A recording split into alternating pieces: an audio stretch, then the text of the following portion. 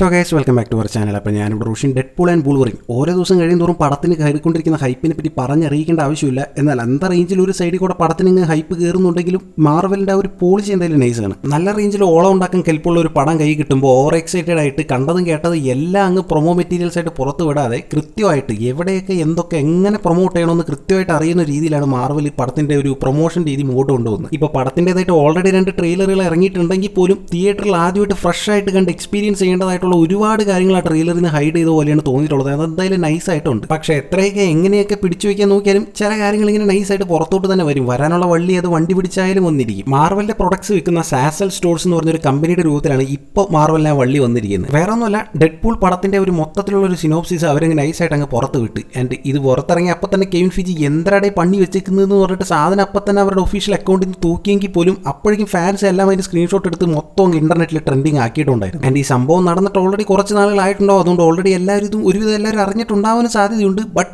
അറിഞ്ഞ സ്ഥിതിക്ക് ഞാനൊന്ന് പറഞ്ഞേക്കാന്ന് വെച്ചു. സോ എന്തൊക്കെയാണ് ഇതിൽ പറഞ്ഞിട്ടുള്ളതെന്നുള്ള കാര്യങ്ങളൊക്കെ ആയിരിക്കും ഇന്നത്തെ വീഡിയോയിൽ നമ്മൾ ചർച്ച ചെയ്യാനാണ് പോകുന്നത്. അപ്പോൾ without waiting okay, Deadpool and Wolverine trailer 2ന്റെ എൻഡിങ്ങിൽ ഡെഡ്പൂളും വോൾവറിനും കൂടെ നമ്മുടെ ഡോക്ടർ സ്ട്രേഞ്ച് ഓപ്പൺ ആക്കാറുള്ള ആ പോർട്ടലിന്റെ ഉള്ളിലേക്ക് ചാടുന്ന പോലെ ഒരു സീൻ കാണിച്ചിട്ടുണ്ടായിരുന്നു. ആൻഡ് ഈ ഒരു സീനിനെ ചുറ്റിപ്പറ്റിയിട്ടാണ് മൊത്തം പടത്തിന്റെ കഥ തന്നെ ട്രാവൽ ചെയ്യാൻ പോകുന്നതെന്നാണ് ഇപ്പോൾ ഇത് വായിച്ചതിന് ശേഷം മനസ്സിലാക്കാനായിട്ട് പറ്റുന്നത്. ഫോക്സ് സ്റ്റുഡിയോസിന്റെ ഉള്ളിൽ നിൽക്കുന്ന നമ്മുടെ ഡെഡ്പൂളിന്റെ വോൾവറിന്റെ ക്യാരക്ടേഴ്സ് അവിടെ നിന്ന് നേരെ നമ്മുടെ മാർവലിന്റെ അതായത് MCUവിന്റെ യൂണിവേഴ്സിലോട്ട് ഉള്ള ഒരു ടൈം ജമ്പ് അല്ലെങ്കിൽ ഒരു മൾട്ടിവേഴ്സൽ ജമ്പ് നടത്തുന്ന രീതിയിലാണ് പടത്തിന്റെ മൊത്തം കഥയും ട്രാവൽ ചെയ്യാൻ പോകുന്നത്. ആൻഡ് ഓഫ് കോഴ്സ് ഈ സിനോപ്സിസിൽ പറയുന്നതനുസരിച്ച് TVയുടെ ഒരു നിർദ്ദേശത്തിന്റെ രീതിയിലാണ് ഇവർ രണ്ടുപേരും ഇങ്ങനെ ചെയ്യുന്നത്. TV എന്ന് പറയുമ്പോൾ നമുക്ക് ലോക്കി സീസൺ 2 കണ്ടവർക്കറിയാം. ലോക്കി സീസൺ 2ന്റെ അവസാനം ലോക്കി നമ്മുടെ മൊത്തം ടൈം ലൈനും സാക്രഡ് ടൈം ലൈനും ഒക്കെ ഒരു ബ്രാഞ്ചഡ് മോഡിലായിട്ട് ആക്കിയിട്ടുണ്ടായിരുന്നു. ആൻഡ് ഈ സിനോപ്സിസിൽ വീണ്ടും സാക്രഡ് ടൈം ലൈൻ്റെ കാവൽക്കാരായിട്ടുള്ള TV എന്ന രീതിയിലാണ് പരാമർശിക്കുന്നത്. സോ ഒന്നുകിൽ ഇത് ലോക്കി സീസൺ 2ന് മുമ്പേ നടക്കുന്ന കാര്യമായിരിക്കും, അല്ലെങ്കിൽ ഇപ്പോൾ ബ്രാഞ്ചഡ് ആയിട്ടുള്ള ആ ടൈം ലൈനെയും നമ്മൾ സാക്രഡ് ടൈം ലൈൻ തന്നെയായിരിക്കും ഇവിടെ വിളിക്കുന്നത്. അതെന്തായാലും നമുക്ക് പടം കണ്ട് തന്നെ അറിയാം. ഇപ്പോൾ ഇവിടെ വിഷയം എന്താണെന്ന് വെച്ച് കഴിഞ്ഞാൽ നമ്മുടെ ഡെഡ്പൂളും വോൾവറിനും കൂടെ മാർവൽ സിനിമാറ്റിക് യൂണിവേഴ്സിൽ നമ്മൾ ഓൾറെഡി കണ്ടിട്ടുള്ള അല്ലെങ്കിൽ എക്സ്പീരിയൻസ് ചെയ്തിട്ടുള്ള ഐക്കോണിക് ആയിട്ടുള്ള ഒരുപാട് മൊമെന്റ്സിലേക്കുള്ള ഒരു ടൈം ജമ്പ് ആയിരിക്കും പടത്തിന് മൊത്തം നമ്മൾ കാണിക്കുവാനായിട്ട് പോകുന്നത്. ഈ ഒരു പരിപാടി എന്ന് പറയുന്നത് നമ്മുടെ MCUവിനെ കൃത്യമായിട്ട് ഫോളോ ചെയ്യുന്നവർക്ക് പുതിയൊരു കാര്യമൊന്നുമല്ല. നമ്മൾ ഓൾറെഡി എൻഡ് ഗെയിമിൽ കണ്ടതാണ്. നമ്മുടെ അവഞ്ചേഴ്സ് ടൈം ട്രാവൽ ചെയ്ത് അവരുടെ തന്നെ പാസിലോട്ട് പോയിട്ട് കുറെ ഐക്കോണിക് ആയിട്ടുള്ള മൊമെന്റ്സിൽ റിലീവ് ചെയ്തിട്ട് അവിടെ വരുത്തുന്ന മാറ്റങ്ങളും പരിപാടികളൊക്കെ നമ്മുടെ ഇൻഫിനിറ്റി സ്റ്റോൺസ് എടുക്കാൻ വേണ്ടി അവർ ചെയ്യുന്ന കാര്യങ്ങളൊക്കെ നമ്മൾ കണ്ടതാണ്. സോ അത് എൻഡ് ഗെയിമിന്റെ ഒരു പർട്ടിക്കുലർ പോർഷനിൽ മാത്രം ഒതുങ്ങി നിന്നെങ്കിൽ ഇവിടെ ഡെഡ്പൂൾ ആൻഡ് വോൾവറിന്റെ ഒരു മെയിൻ സ്റ്റോറി ആയിട്ട് വരാൻ പോകുന്നത് ഈ ഒരു ടൈം ട്രാവൽ, അതായത് മൾട്ടിവേഴ്സിൽ കൂടെ ഉള്ള ഒരു ഈ ടൈം ട്രാവൽ ആയിരിക്കും എന്നുള്ളത് മാത്രമല്ല, എൻഡ് ഗെയിമിൽ നമ്മൾ കണ്ടത് മാർവലിന്റെ തന്നെ ഫേസ് 1, 2, 3 എന്നുള്ള ആ ഒരു ഭാഗത്തേക്കുള്ള ടൈം ട്രാവൽ ആണെങ്കിൽ ഇവിടെ പാസ്റ്റ് ഫ്യൂച്ചർ എന്ന് പറഞ്ഞിട്ട് എവിടേക്ക് വേണമെങ്കിലും ടൈം ട്രാവൽ ചെയ്യാൻ പറ്റുന്ന ഒരു അവസ്ഥയാണ്. കാരണം ഇവിടെ TVയുടെ ഒരു നേതൃത്വത്തിലാണ് ഇവർ ടൈം ട്രാവൽ നടത്തുന്നത്. സോ ഇവിടെ അവർക്ക് പരിധികളില്ല. ചുരുക്കി പറഞ്ഞാൽ നമ്മുടെ ഡെഡ്പൂളും വോൾവറിനും മൾട്ടിവേഴ്സിൽ കിടന്നങ്ങ് ആറാടുകയാണെന്ന് വേണമെങ്കിൽ പറയാനായിട്ട് പറ്റും. ആൻഡ് പടത്തിന്റെ ഒരു പർട്ടിക്കുലർ പോർഷനിൽ എത്തുമ്പോഴത്തേക്കും ഇവർക്ക് നമ്മുടെ TV ആയിട്ടുള്ള ഒരു കൺട്രോൾ വിട്ട് TVയെ പറയുന്ന കാര്യങ്ങൾക്ക് അപ്പുറം കുറെ കാര്യങ്ങൾ ഇവർ മൾട്ടിവേഴ്സിൽ ചെയ്യുന്നത് കണ്ടിട്ട് അവിടെ വെച്ചായിരിക്കും TV ആയിട്ടും ഇവർക്കൊരു ഫൈറ്റ് വരുന്നത്. ഒരു ഐസ് നിറഞ്ഞ പ്രദേശത്ത് വെച്ച് നമ്മുടെ ഡെഡ്പൂൾ TV ആയിട്ട് ഒരു ഫൈറ്റ് വരുന്നത് കാണിക്കുന്നുണ്ട്. ആ ഫൈറ്റ് നടക്കുന്ന സ്ഥലം ഒന്ന് സൂക്ഷിച്ച് നോക്കി കഴിഞ്ഞ ഒരു വൈൽഡ് ഗസ് വെച്ച് നമുക്ക് മനസ്സിലാക്കാനായിട്ട് സാധിക്കും. അത് ഈജ് ഓഫ് അൾട്രോണിൽ നമ്മുടെ അവഞ്ചേഴ്സിന്റെ ആ ഇൻട്രോ ഫൈറ്റ് നടക്കുന്ന ആ ഒരു സീനാണ്. സോ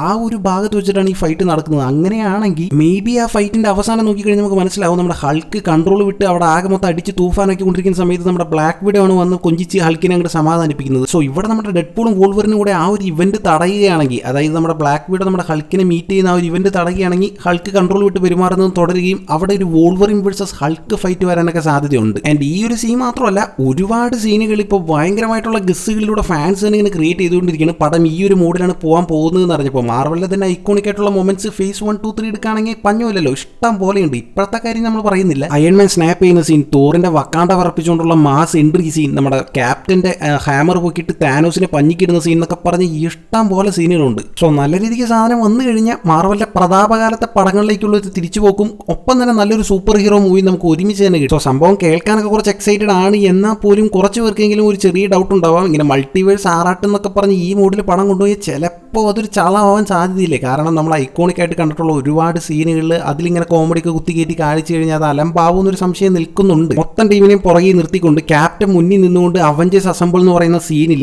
പെട്ടെന്ന് നമ്മുടെ ഡെഡ്പൂൾ എൻട്രി ആയിട്ട് ഒരു മിനിറ്റ് ഞാനും കൂടി ഉണ്ടെന്നൊക്കെ പറഞ്ഞ് ചാടിക്കയറി വരുന്ന ഒരു സീനൊക്കെ കാണിച്ചു കഴിഞ്ഞാൽ അത് ചിലപ്പോൾ ചളാവുന്നൊരു ചെറിയ പേടി എല്ലാവർക്കും ഉണ്ടാവും, സ്വാഭാവികം. ഒന്നാമത്തെ കാര്യം എന്ന് വെച്ച് കഴിഞ്ഞാൽ മാർവലിന്റെ ഇപ്പോഴത്തെ ഒരു അവസ്ഥയിലുള്ള ആകെ ഒരു പിടിവള്ളി എന്ന് പറഞ്ഞു കഴിഞ്ഞാൽ ഡെഡ്പൂൾ ആൻഡ് വോൾവറിൻ എന്ന് പറഞ്ഞിട്ടുള്ള ഒരു പടം തന്നെയാണ്. അതിൽ തന്നെ ഐക്കോണിക് ആയിട്ടുള്ള രണ്ട് ക്യാരക്ടേഴ്സിനെ ഒരുമിച്ച് അങ്ങനെ കൊണ്ടുവരുമ്പോൾ ഇത്തരം ചളം സീനുകൾ വെക്കാനായിട്ട് സാധ്യത വളരെ കുറവാണ്. അതുകൊണ്ട് തന്നെ അതിന്റെ ഒരു സീരിയസ്നെസ്സോട് കൂടെ തന്നെയായിരിക്കും പടം എടുത്തിട്ടുണ്ടാവാൻ സാധ്യതയുള്ളത് തന്നെയാണ് എനിക്ക് ഇപ്പോഴും തോന്നുന്നത്. സോ അങ്ങനെ അലപ്പാവും തോന്നുന്നില്ല. രണ്ടാമത്തെ കാര്യം ഡെഡ്പൂൾ ആണ്. ഓൻ ഇങ്ങനെയാണ്, അതായത് വേറെ ഏതൊരു ക്യാരക്ടറിനായാലും നമുക്ക് ചിലപ്പോൾ അതൊരു ചളിയായിട്ട് തോന്നുമെങ്കിൽ പോലും ഡെഡ്പൂൾ ചെയ്യുമ്പോൾ അതിലൊരു കോമഡി ഉണ്ടാവും. ഫോർത്ത് വാൾ ബ്രേക്കിംഗ് എന്ന് പറയുന്നത് തന്നെ ഡെഡ്പൂളിന്റെ ഒരു ടെറിട്ടറിയാണ്. ആ ഒരു ഏരിയയിൽ കിങ് ആണ് നമ്മുടെ ഡെഡ്പൂൾ. സോ ആ ഒരു പരിപാടിയുടെ ഒരു എക്സ്ട്രീം വേർഷനാണ് ഇപ്പോൾ കിട്ടിയിരിക്കുന്നത്. അതായത് മൾട്ടിവേഴ്സൽ ട്രാവൽ ചെയ്ത് ഇങ്ങനെയുള്ള പരിപാടി എന്ന് പറയുമ്പോൾ കൃത്യമായിട്ട് പടപട സാധനങ്ങൾ ഇറക്കാൻ പറ്റും. സോ എന്തിനായിരിക്കും നമ്മുടെ ഡെഡ്പൂളും വോൾവറിനും കൂടി ഇങ്ങനെ ഒരു മൾട്ടിവേഴ്സൽ വിനോദയാത്രയൊക്കെ പ്ലാൻ ചെയ്യുന്നത് എന്നുള്ള കാര്യങ്ങളൊക്കെ നമുക്ക് പടം കണ്ടു തന്നെ അറിയുന്നതായിരിക്കും അതിൻ്റെ ഒരു വൈബ്. ഇവരുടെ ഈ ഒരു കോംബോ എന്ന് പറഞ്ഞാൽ തന്നെ അത് കിടുവാണ്. ഡെഡ്പൂൾ ആൻഡ് വോൾവറിൻ എന്ന് പറയുമ്പോൾ അത് തന്നെ ഒരു കിടുവാണ്. അതിൽ നിന്ന് തന്നെ ഒരുപാട് കാര്യങ്ങൾ വർക്കൗട്ട് ചെയ്ത് എടുക്കാനായിട്ട് വരും. കൃത്യമായിട്ട് കിഡിലിനായിട്ട് സാധനം ഇറക്കി കഴിഞ്ഞ് കഴിഞ്ഞാൽ ഇത് മാർവലിന് ഒരു കിഡിലും തിരിച്ചു വരുവാനിരിക്കും. സോ ഇപ്പോൾ ഈ പറഞ്ഞ പോലെ തന്നെയാണ് പടത്തിൽ കഥ വരാൻ പോകുന്നത് എന്നുള്ള കാര്യത്തിലൊന്നും യാതൊരു ഇത് ഉറപ്പില്ല. ആ സിനോപ്സിസിൽ പറഞ്ഞ കാര്യങ്ങൾ മാത്രമേ ഇവിടെ പറഞ്ഞു എന്നുള്ളൂ. ഇനി ഒരു പക്ഷേ അതുപോലെ വരികയാണെങ്കിൽ ഒരുപാട് ക്യാമിയോസ് നമുക്ക് എക്സ്പെക്ട് ചെയ്യാനായിട്ട് പറ്റും. വലിയ വലിയ ക്യാമിയോസ് അല്ലെങ്കിൽ പോലും കുട്ടി കുട്ടി ക്യാമിയോസ് അവിടെ ഇവിടെയൊക്കെ ആയിട്ട് നമുക്ക് കൃത്യമായിട്ട് കാണാനായിട്ട് പറ്റും. സോ അപ്പോൾ ഇത്രയൊക്കെയാണ് പറയാനുള്ള കാര്യങ്ങൾ.